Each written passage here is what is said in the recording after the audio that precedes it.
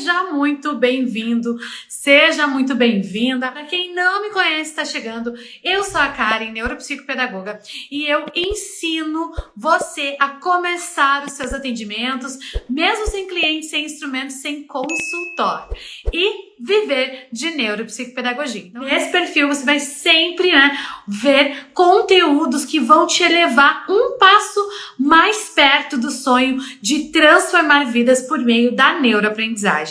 E o tema de hoje, então, do nosso NeuroPP em Ação: o que é o home care neuropsicopedagógico? Porque muitos profissionais não sabem o que é home care, não sabem como fazer home care e nem o que levar, como levar, enfim, o passo a passo. Se você quer saber como você pode começar os seus atendimentos, mesmo sem instrumento, mesmo sem consultório, fica até o final que eu vou te falar o passo a passo para você começar atendendo a home care. E aí, não tem desculpa nenhuma para você não começar os seus atendimentos e viver de neuropsicopedagogia. Para você saber o que é o home care neuropsicopedagógico, a primeira coisa que a gente precisa saber é o que é o home care. Se a gente for pegar o pé da letra, a palavra home é casa, certo? Casa. A palavra care em inglês, nossa, o meu inglês paranaense aqui tá lindo, né? Care, bem puxado esse R. Bom, mas a palavra care, ela quer dizer cuidado. Então, o home care, ele vem desse cuidado em casa. O que é um cuidado em casa? Um atendimento profissional, geralmente ligado à área da saúde e do bem-estar, em casa, na casa do paciente. Por exemplo, existe lá atendimento a home care de medicina, enfermagem, atendimento a home care de diversos profissionais da área da saúde, tá?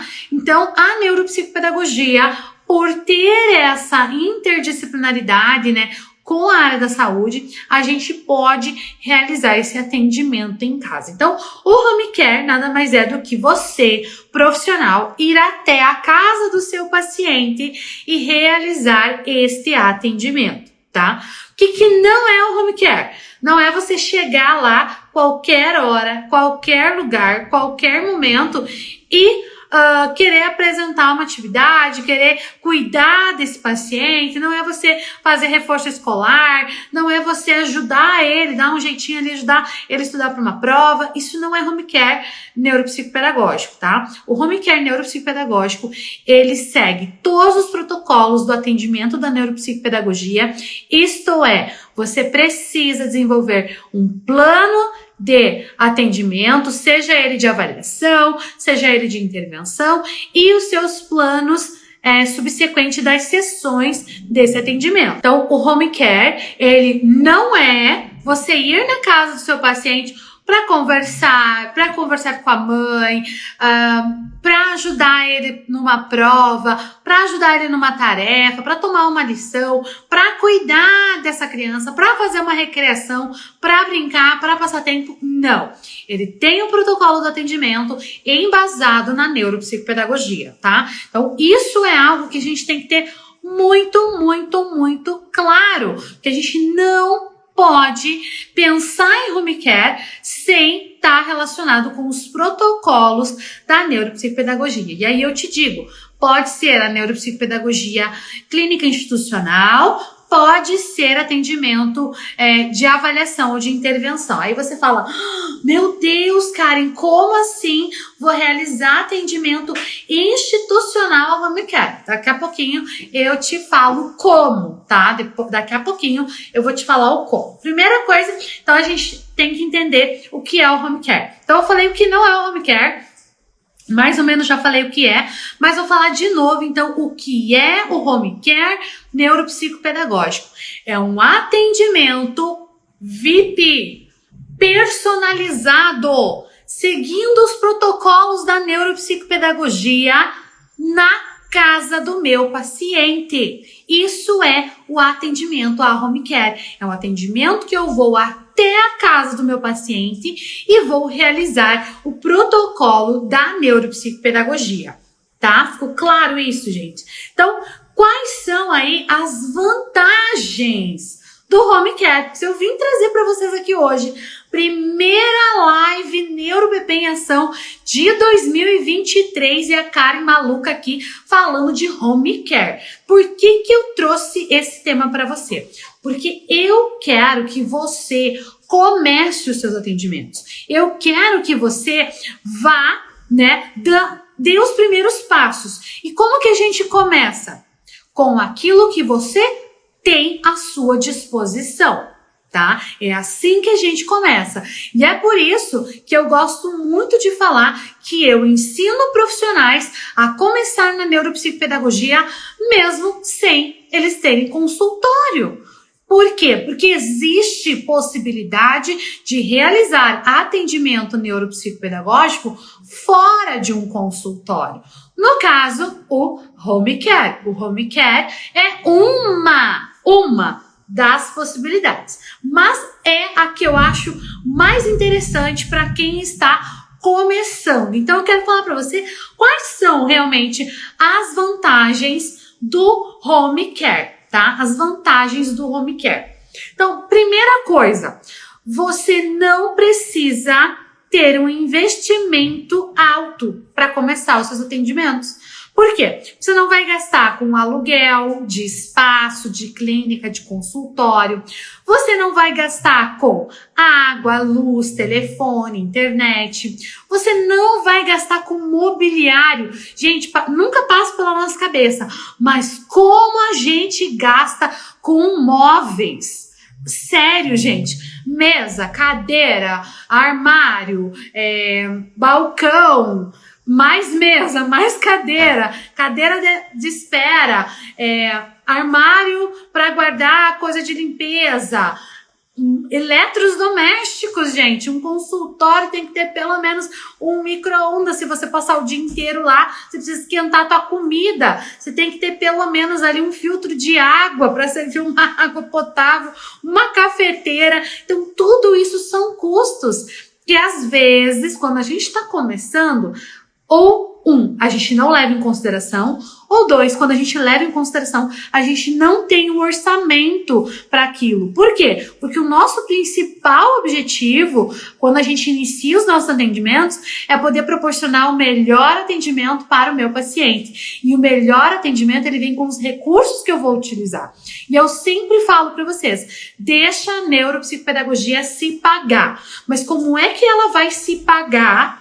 Né? Como é que você vai comprar os instrumentos a partir do seu atendimento se você tiver que gastar com uma infraestrutura antes para você começar a atender? E aí você gasta com uma infraestrutura linda e investe tudo que você tem e fica sentado esperando o paciente porque não tem paciente.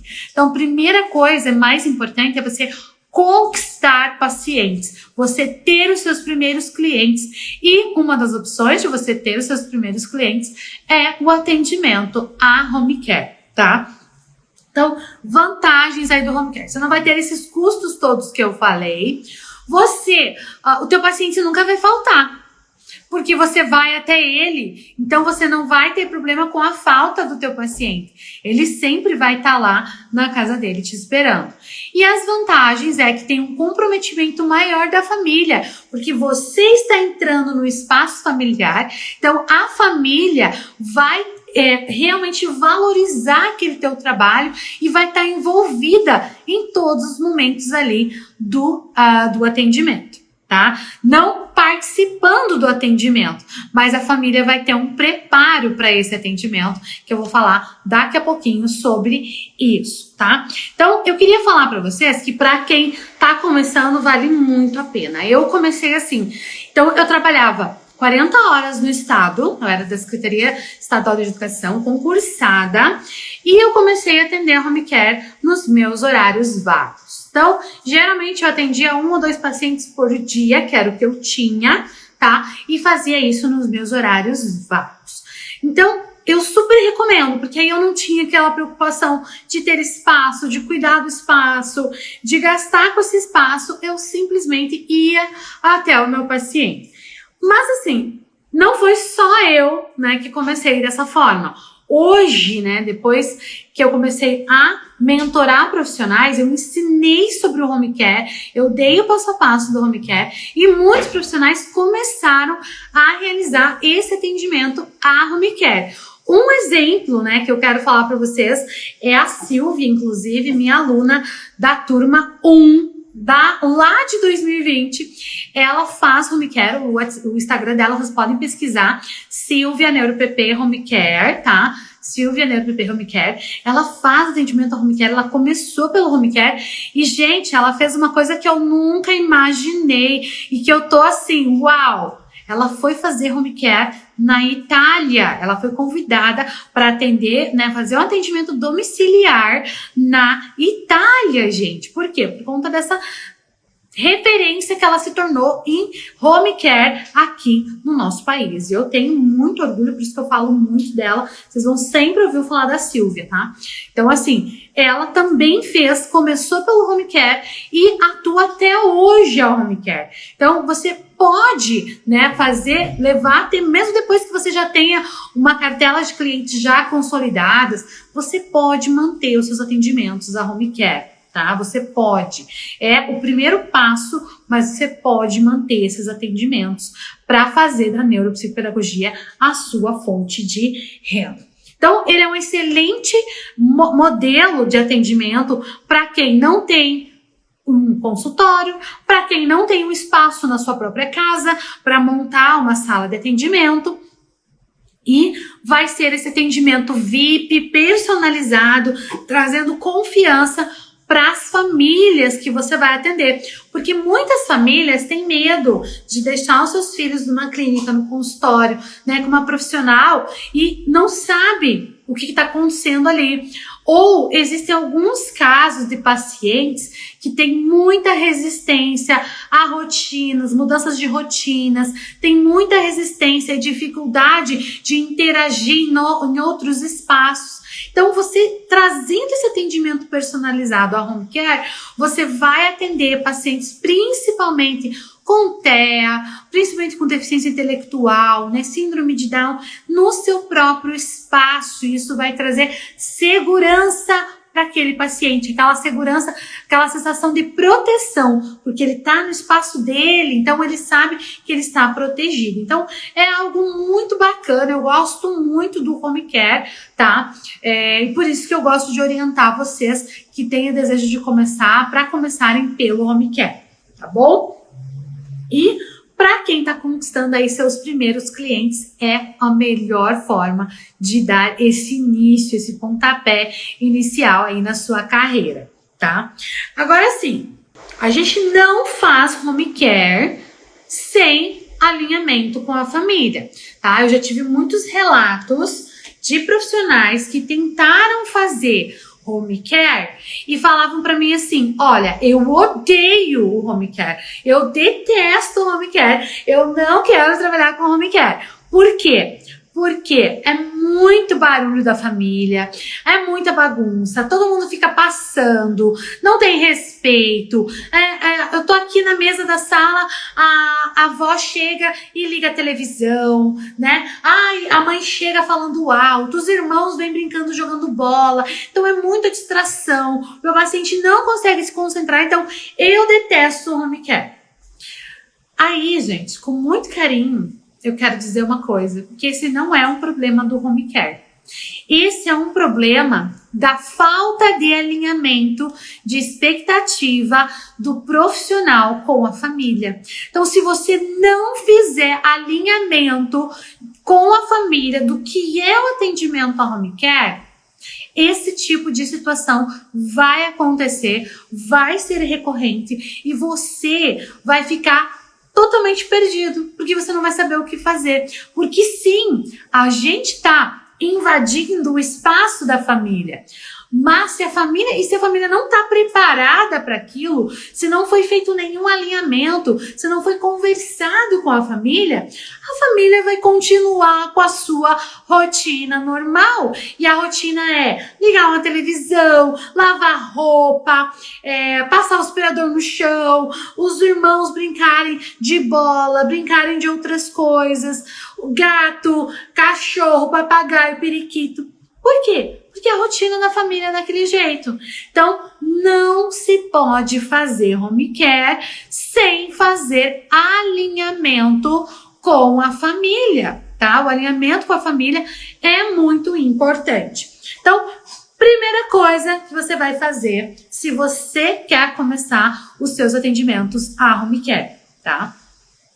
Você vai se posicionar, vai captar os seus primeiros clientes e o que vai acontecer? Você vai marcar esse atendimento com a família, tá? Para você fazer aquele alinhamento de expectativa, para você fazer a tua anamnese, para você entender se a queixa realmente é da neuropsicopedagogia, é para atendimento neuropsicopedagógico. Então, tudo isso você vai fazer no primeiro contato com a família. Vai falar valores, né? Fechar contrato. Se você já cobrou ali a sua primeira sessão, né? Mas quer fechar um pacote, fidelizar o paciente, tudo isso você vai falar nesse primeiro contato, tá? Com a família.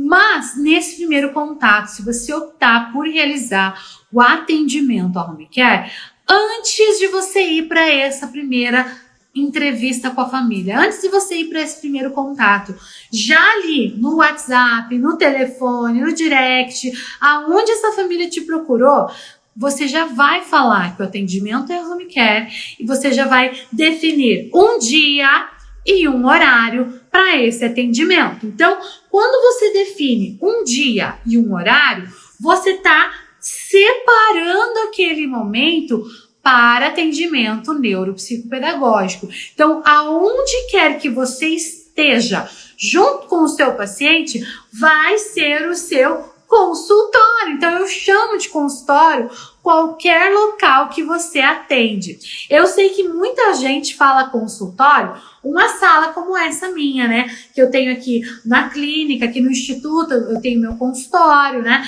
Tenho uma recepção, aí tem a minha sala aqui, aí ali atrás eu tenho uma sala onde eu monto meus materiais, onde eu guardo materiais, onde eu fico às vezes montando aulas. Então, isso é um consultório na concepção. Mas para mim, o consultório é qualquer local que você vai realizar o seu atendimento neuropsicopedagógico.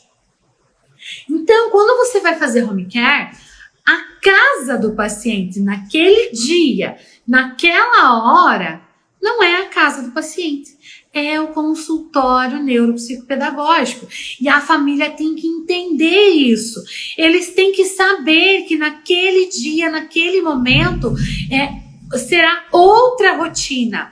Não pode ter barulhos, distratores, outras atividades simultâneas que possam atrapalhar o desempenho da criança, do paciente que você vai atender. Então, a família, você já pergunta, é possível nesse dia que não haja, né, que a gente tenha um local na sua casa, que não tenha interrupções, distração, barulho, né, e outras pessoas no mesmo espaço no momento do atendimento? E a família vai ter que dizer se sim ou se não. Se a família falar não, nesse dia tem a minha mãe, tem a minha sogra, tem a minha vizinha, tem a babá, tem a minha secretária do lar, enfim. Aí você fala, então qual é o dia que a gente pode? Que não tenha distratores. Porque qualquer distração, qualquer barulho em excesso, qualquer atividade que esteja paralela àquele momento vai prejudicar a atividade, vai prejudicar o avanço do seu filho, né, do paciente que você vai atender. E aí, quando a família entende isso, a família alinha a sua expectativa. E aí, naquele dia marcado, naquela hora marcada, a família já se organizou, porque ela vai ter uma semana pelo menos para você organizar, para ela se organizar. Quem vai estar em casa, quem vai atender, onde vai ser? Vai ser na sala, vai ser no quarto, vai ser no escritório, vai ser na cozinha que tem uma mesa, vai ser aonde vai ser? A família vai definir tudo isso. E aí você vai alinhar com a família. E você vai ganhar, além, né, de um benefício ali para o atendimento, você vai ganhar, né, o compromisso dessa família, o comprometimento, o envolvimento desta família no processo neuropsicopedagógico. Então, eu gosto muito de atuar a home care, de incentivar os profissionais a começarem pelo home care. Por quê? Porque o home care é uma das melhores formas para quem está iniciando na neuropsicopedagogia. E agora, a dúvida que eu sei, né, que não quer calar aí. Karen, mas como é que eu me organizo para atender a home care? Primeira coisa, planejamento. Então, eu sempre falo, né, de planejamento, intencionalidade, estratégia, mas o planejamento, gente, ele é um pilar muito importante. Tanto é importante que eu já vou dar um spoiler para vocês, que a nossa versão 4.0 do método Karen Denise Viver de Neuropsicopedagogia já vai estar incluído o planejamento como um pilar. E a gente vai ampliar de 3 pilares para 4 pilares, porque mesmo eu nunca tendo separado o planejamento como um pilar, quem me acompanha sabe que eu sempre estou batendo na tecla do planejamento.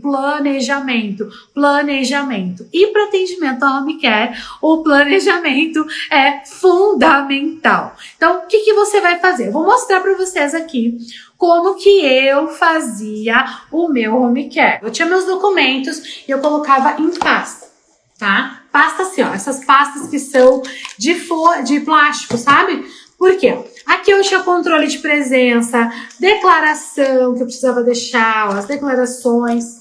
Deixa eu ver aqui, ó, relatório escolar, deixar com a família, contrato da prestação de serviços profissionais. E assim, eu sempre deixava, agora eu tô atendendo na clínica, né, gente, então tá separado. Mas eu sempre deixava aqui como se fosse o meu arquivo, meu armário. Sabe o armário que você tem cheio dos documentos, cópias em branco para você utilizar nos atendimentos, cópia dos, né, cópia não, mas eu usava muito e uso ainda os instrumentos da Menon e os cadernos de aplicação deles são impressos. Então eu sempre tinha 2, 3, 4 cópias impressas de cada teste. Eu deixava aqui, né, da EOCA, dos instrumentos que eu ia fazer de avaliação. Então eu sempre deixava aqui já os kitzinhos meio que de sobreaviso e algumas atividades também de intervenção que fossem impressas, eu deixava numa pasta. E na verdade era uma pasta, essa foi minha última pasta. No começo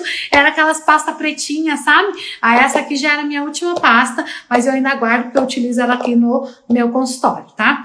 Então eu tinha meus materiais em branco, materiais que eu precisava preencher na hora, materiais de atividades extras aqui, ó, nessa pasta, tá? Eu tinha, não tenho mais, gente, eu não achei aqui no consultório, talvez eu tenha deixado no meu escritório em casa. Sabe aquelas pastas sanfonadas de plástico? Parecida com essa aqui, ó, gente. Só que pastas grandes, tá? Pasta grande sanfonada, sabe?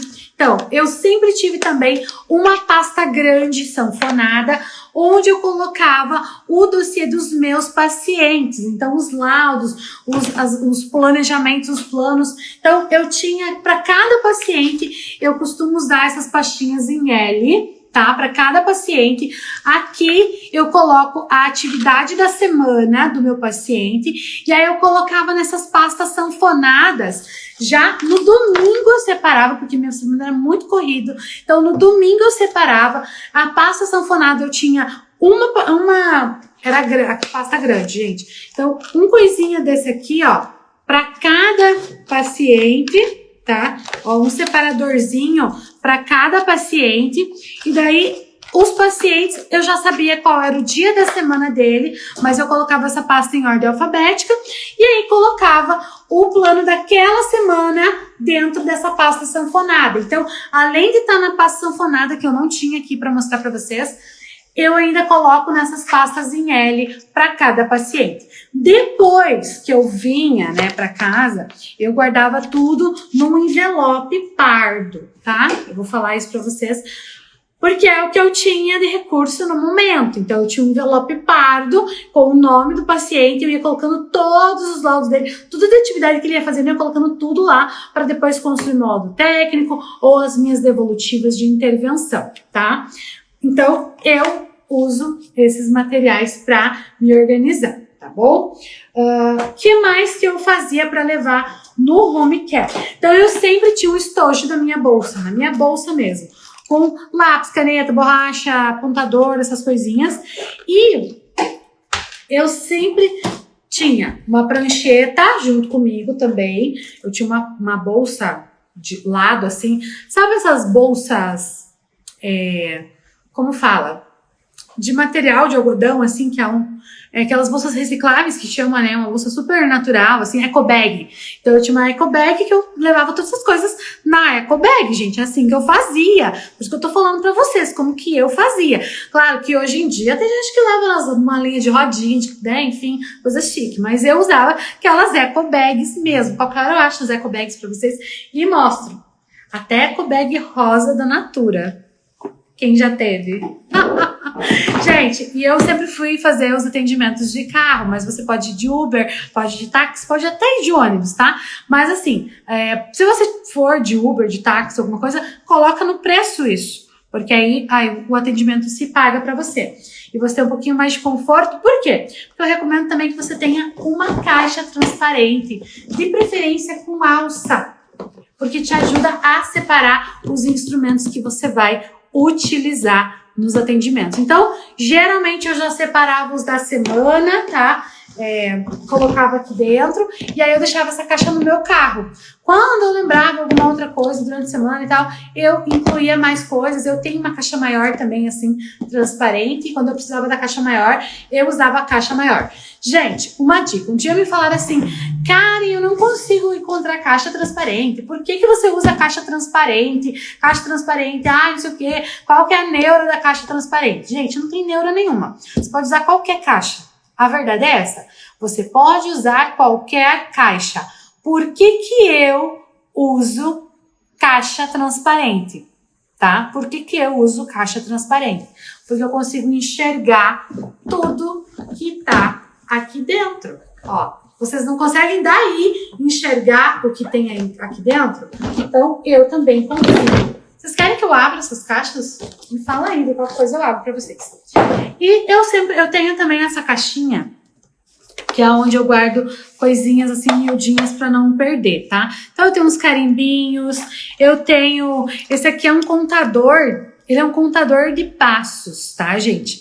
Mas eu uso pra contar os movimentos de alguns instrumentos, por exemplo, a torre de Hanoi. Então, cada movimento que o meu paciente faz, eu dou um clique aqui, ó, ele vai contando os movimentos, porque às vezes a memória de trabalho da gente não é muito legal. Então, eu gosto de usar um contador, aí eu deixava o meu carimbo aqui também dentro de uma caixinha, para ele não vazar, não manchar minha bolsa, não manchar minhas coisas, tá?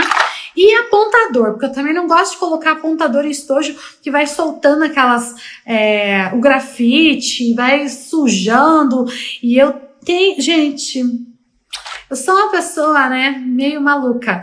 Eu não gosto que suje as minhas canetas. Eu detesto pegar uma caneta que tá cheia de grafite ou com aquela cara de que tá acabada porque tá com grafite, com sujeira. Então, eu sempre ponho o apontador separado, tá? Mas é uma coisa minha, você não precisa fazer isso. Mas eu queria mostrar pra vocês, né, que eu tenho essa caixinha e daí eu também deixava dentro da caixa maior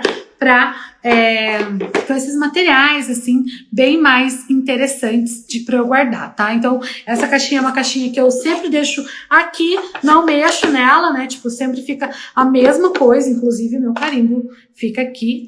Não tava mais, gente, porque agora eu tô na clínica, eu deixo o carimbo aqui na minha mesa, na minha gaveta, né? Mas eu coloquei aqui pra mostrar pra vocês como que eu fazia quando eu ia home care. Então, eu nunca esquecia meu carimbo, porque ele estava sempre nessa caixinha e eu estava sempre com essa caixinha. Mas vou falar uma coisa pra vocês, tá? Compre uma caixinha com fecho, porque eu comprei essa caixinha e ela abre. E é bem ruim pra mim, tá? Então, se você for comprar uma caixinha como essa, né, compra aquela que abre assim, ó, tipo um porta-joias e que tem um fecho aqui. Pra vocês terem uma ideia como essa caixinha é minha dos meus atendimentos, eu tenho a cola do teste de Tolkien. Eu tenho a cola das posições do teste de Tolkien aqui. Às vezes eu esquecia a posição, então eu tenho a minha cola na minha caixinha. Sou dessas, gente, sou dessas. E quando eu ia usar o meu teste de Tolkien, que eu mesma confeccionei com EVA, eu sempre colocava ele aqui dentro da caixinha também. Então eu usava ele aqui. E aí a folhinha de perguntas, né, o caderninho de aplicação, ficava nessa pasta aqui que eu mostrei pra vocês. Aí eu deixava os testes, os instrumentos, como o teste de Tolkien, né, os formulários de aplicação, eu deixava tudo aqui nessa pasta. Essa não é uma caixa montada para um atendimento, mas eu coloquei algumas coisas para mostrar para vocês, tá? Como é possível carregar coisas aqui dentro. Então eu vou mostrar para vocês o que eu tenho aqui dentro dessa caixa, tá? Vamos lá. Vamos lá. Então, o que eu coloquei aqui? Estou simulando instrumentos de intervenção, mas também coloquei um instrumento de avaliação. Então, o de avaliação seria aqui, ó, a Torre de Londres, tá? E aí eu tenho essa pastinha aqui, porque a Torre de Londres, ela vem com os cartõezinhos soltos, a minha pelo menos, tá? Ela vem com esses cartões, então eu deixo sempre aqui os meus cartões, porque aí eu não perco, tá? E aí levo a Torre de Londres separadinha, tá bom? Então, a Torre de Londres, que é um instrumento de avaliação. Uma coisa que nunca falta nos meus atendimentos é um cronômetro.